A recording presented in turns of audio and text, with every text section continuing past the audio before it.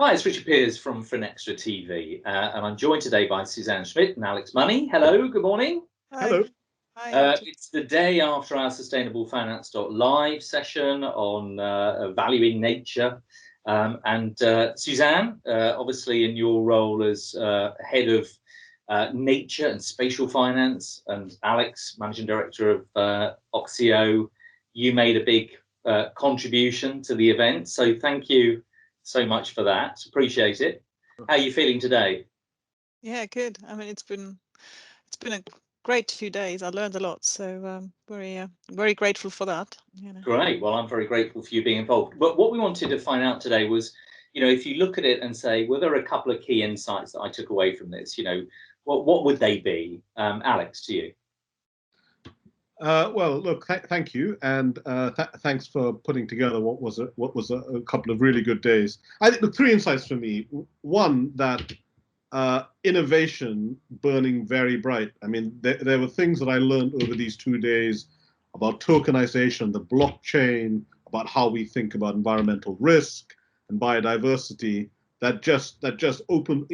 I'm fairly close to this space, but it was a school day for me. So just knowing where things are with innovation was great. One.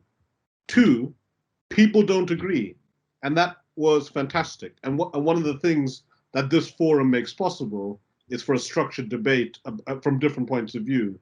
And the fact that there isn't consensus on so many important things, I think, is super important, because the only way we're going to advance best practice is not to agree till we work things out. And fora like this that give the chance to focus those differences and move it forward are just amazing opportunities, I think. And three, there is remarkable levels of goodwill to make things better. And I think this is the key thing. There are financial motivations, societal motivations, cultural and environmental motivations to do better, and for all of us to move this thing along as we go forward. So those are the three things that I took out of this, Richard. Yeah, that's really super, and I think it's so true, isn't it? That we are in our silos, and we've got our targets and our metrics, whether they're self-imposed or imposed by our corporations. And it's rare that we get to sort of mix across such a diverse group and see that there are those positive intentions out there and differences of opinion. So yeah, nicely put. Susanne, from your perspective, what did you take away from it? Yeah, I mean, before that, maybe it's really great to pick up on Alex's point. I think the fact that there was such a diverse group and there wasn't necessarily agreement. And especially, I think, in the tokenization workshop, people listed a lot of potential barriers that we might encounter. However, I think what I also took away is, and you said innovation space. We also, we have to start somewhere, and we have to start sometimes small. And I think Philip Sauti kind of, in his description of how they started Mirova, and that, what was it, Land Degradation Neutrality Fund. They said they got invited to do it, but they had no clue. Yeah. No clue how to do it, but they still took on the challenge.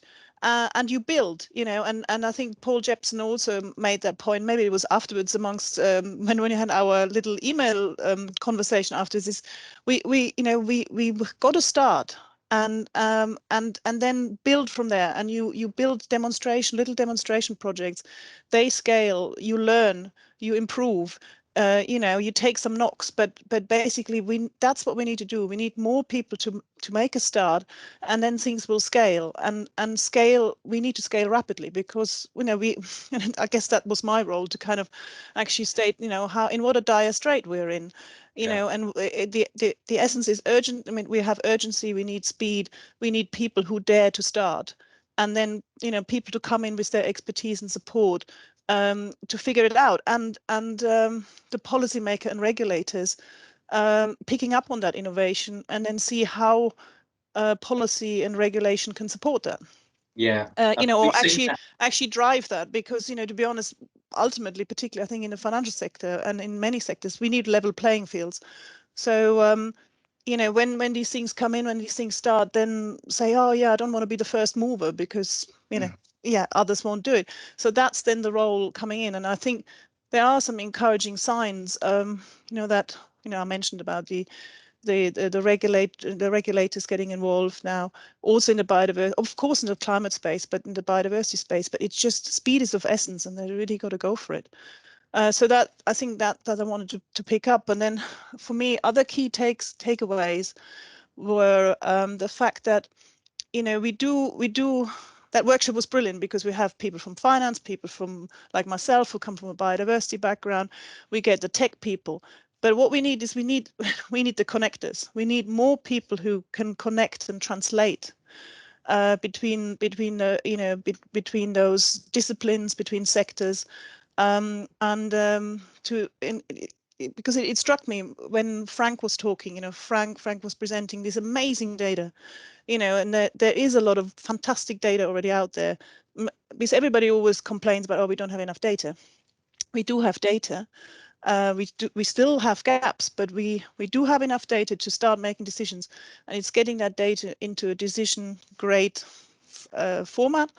And then Frank kind of stated, like, we need to be able to pick the signals, but who decides what are the signals, and and how to make them translatable into finance. I think that's where we need these people who are really skilled at doing that translation job, I call it. And I think that we don't have enough of those people, and I think the Sustainable Finance Live workshops are just fantastic in kind of having a go at that, if you like, and I think that needs to build. We need more of that. Yeah, So, that's interesting. And I mean, we've all seen the COVID vaccine response, and all of those sort of conditions that you spoke about happened. It's been well written about now, hasn't it? How if you have a crisis, you can pull together everybody to make things happen in, a year that would have taken 10 years. So we know it can happen. Yeah. Alex, back to you again. In terms of, if people are sitting there going, well, look, I didn't make the workshops and I haven't really got, what can they do to sort of catch up, do you think? I mean, we can provide editorial and videos and so forth, but can you signpost them to a few bits that you would sort of say, go to that? That's the bit that'll get you up to speed. Oh, look, I think looking at those sessions together, there's value in all of them in different ways. What I would say, and this really picks up, I think, a bit on what Susanne was just saying, was, at the end of the day, I think most of us recognize that regulation will have to play a bigger role. But what events like this do is they surface the issues, and they help retire some of the risks that need to be retired before things can move from where they are today to where policymakers are willing to take on the work that's involved in introducing regulation.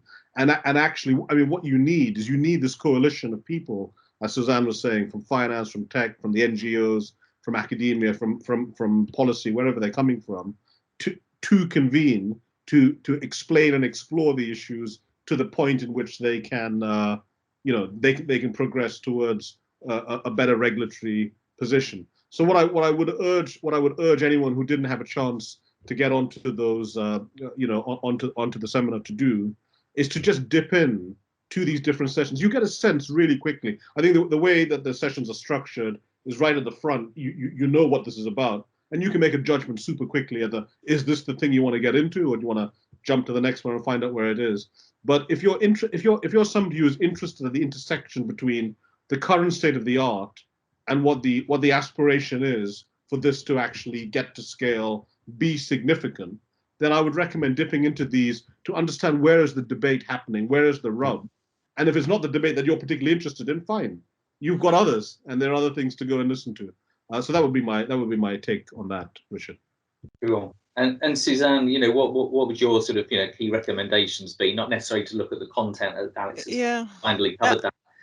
I mean, in terms of the content, I mean, to be honest, I think, Richard, your introductions, with the diagram that you kept building, it is actually fantastic. I was actually going to write an email to you and say, like, you should write this up as a blog, because it is a fantastic summary of you know, both the issues, but also, you know, also for people who don't necessarily understand finance, you know, how it all hangs together. So I think, you know, even if you just look at, you know, and you do this very nicely at each workshop as an introduction to set the scene, I think, you know, start with that, you know, to be honest, because it gives you the summary of the issues that needs, you know, need cracking, and then you can dip into the one, you know, I guess bits of the workshop that address certain aspects of the issues. So I think, you know, to be honest, that would be my key recommendation for people who have missed the workshops. So yeah, it's kind of shows how frighteningly complex it all is, and obviously in a few of the workshops people were saying no, keep it simple, stupid. But unfortunately, if you want to get the big bucks, you've got to work within that. However, you know, the tokenization session obviously spoke to us about you know, an alternative way to break through some of that. So hopefully there's something for everybody, I think. And even in the final session where we tried to really just focus on a high level scenario about knowledge and education, you know, that's a pretty easy way to dip in, I think, and find a place through the content. So, you know, final thing, why do you guys, you've probably given us a clue here, but why do you keep involved in sustainablefinance.live, and kind of what do you hope for the next round, Alex? I don't know how much I should spare Richard's blushes on this one, but look, I mean, well, mate, to be honest, I mean, you're quite a big part of it. We were just speaking before we came on to this call about preparation, and one of the things that these sessions have done for me is what people may not know who aren't involved in the background is that for several weeks beforehand we all convene in groups early morning on Fridays to have a discussion about, I mean, what is the state of the art, what are the issues, how should we think about these things. And I have to say, these have been massively helpful for me, because you get a group of people together who are all interesting, doing different things, bringing to the front issues on their mind or things that they've engaged with, and everyone collectively learns from that. And so, in a sense, participating in this event at the end is kind of the icing on the cake for what is this really interesting and engaging period that we have in the build up to these. So I found them immensely rewarding. I've really enjoyed being part of that, and I'm really appreciative of being allowed to be part of that group, because it's been great. And you know, and the reason we do it, of course, is there are self-interested objectives. We all have either businesses to run or causes to promote or activities that we believe in. But I think what unifies not just the people that participate on panels, but actually the audience that comes to these things and everyone that's involved in that ecosystem is we all know that we need a better tomorrow. You know, if that sounds a bit cheesy, but the status quo and path dependence isn't going to get us to the world that any of us really want to see and live. And we're all part, you know, we're cogs in the machine, but important cogs that can help make a contribution to a different path, and hopefully a better path. And so to be involved in that conversation, to try to contribute in a small way to making those cogs move forward is the motivation. And it's been an absolute pleasure, as it was the last time, to be involved in this. And so thank you and Finextra and the crew. I'm going to have to stop you now, Alex. It's a Polynesian habit. It's a Polynesian habit. I'm sorry. Listen, thank you for that, Susanne. And you know, WWF, you've got lots of choices and options. Why do you guys get involved? I mean, I think Alex kind of said it all. You know, I think for me personally, you know, it's a learning journey, kind of being involved in those, and I need that, because, you know, I don't come from finance. I'm getting rust. You know, I'm sometimes think I'm de-skilling on all my ecology and my conservation background, but it's just sort of bringing, you know, like having that in a sort of, you know, pretty safe and very friendly space to be able to exchange and learn, and maybe not feel too embarrassed, you know, if you get things wrong, or, you know, it's beautiful to see on the chat just like, you know, somebody puts an acronym up, you know, and then somebody else picks it up and explains it, because we're going to have people who will not get, you know, what an SPV is, you know. I didn't get it until 3 days ago. So, you know, it's that sort of, I think we need to be very, I think we need to create friendly environments where people can exchange, people who, as Alex was saying, who have a passion. We really want to, you know, work for something better, and we need to do it with urgency.